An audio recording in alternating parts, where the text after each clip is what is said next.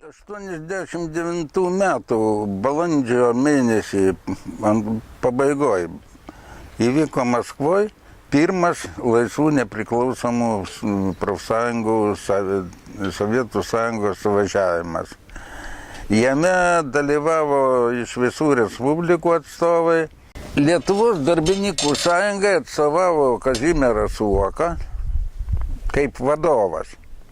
Jis jau įpusėjus suvažiavimui, ten, kada, reiškia, kiekviena respublika pristatinėjo save suvažiavime, atėjo Lietuvos eilė prisistatyti save suvažiavime ir savo norą pareikšti.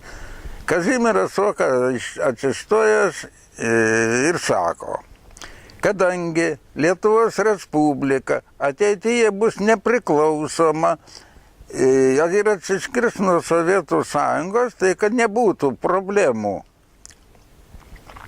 ateityje su atsiskyrimu, tai mes geriau nestosim į Sovietų Sąjungos laisvų profsąjungų sudėtį. O jeigu jūs norit, mes galim būti su patariamo balso teisė ir dalyvausim visuose jūsų renginiuose. Pasipylė įžeidinėjimai. Ten įvairūs Lietuvos delegacija atsistojo, išėjo ir ten vieni sakė, kad važiuojam namo, matot kokia sudėtis, bet nutarė, kad nevažiuot namo. Parėjo į viešbutį ir palaukė rytą vakaro. Vakare atėjo atstovas iš Maskvos, atrodo. Žodžiu, ne vienas, ten jie keliesi atėjo ir sako, mes pasitarę nutarėm, kad Lietuvoje palikt laisvą vietą ir jeigu jūs kada nutarsit, kad dalyvaut laisvų profsąjungų veikloje, jūs visuomet galėsit, reiškia, dalyvauti. O dabar mes jūs paliekam su balso reiškia, patariamo balso teisė. Nu, taip ir visą laiką dalyvavom.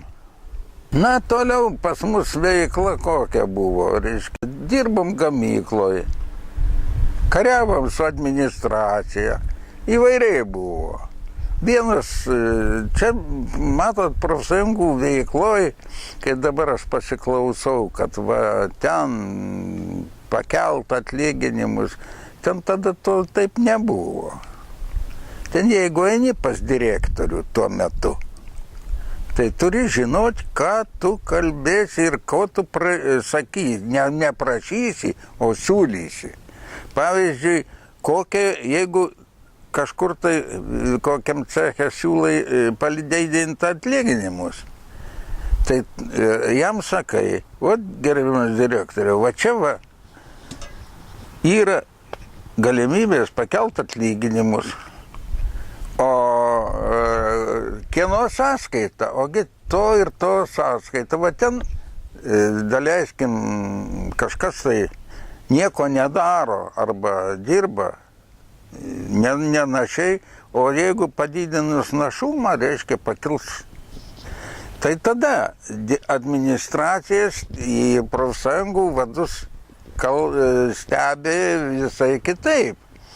O jeigu tu atėjęs reikalausi, taigi tada, kai sako, nušvilps ir nežinau, aš problemų su savo direktorium neturėjau. Važiavau į Maskvą su siūlymu surengti suvažiavimą Vilniui sąjūdžio. Man būtų apmokėjęs sąjūdis. Man direktorius administracija sako, kam tau? Tugi čia dirbi, čia mūsų tavo darbas. Jie man puikiausiai apmokėjo. Man apmokėdavo viską. Visas, ką aš padarydavau dėl pravaikštos, dėl sąjūdžio, man visas apmokėdavo gamyklą.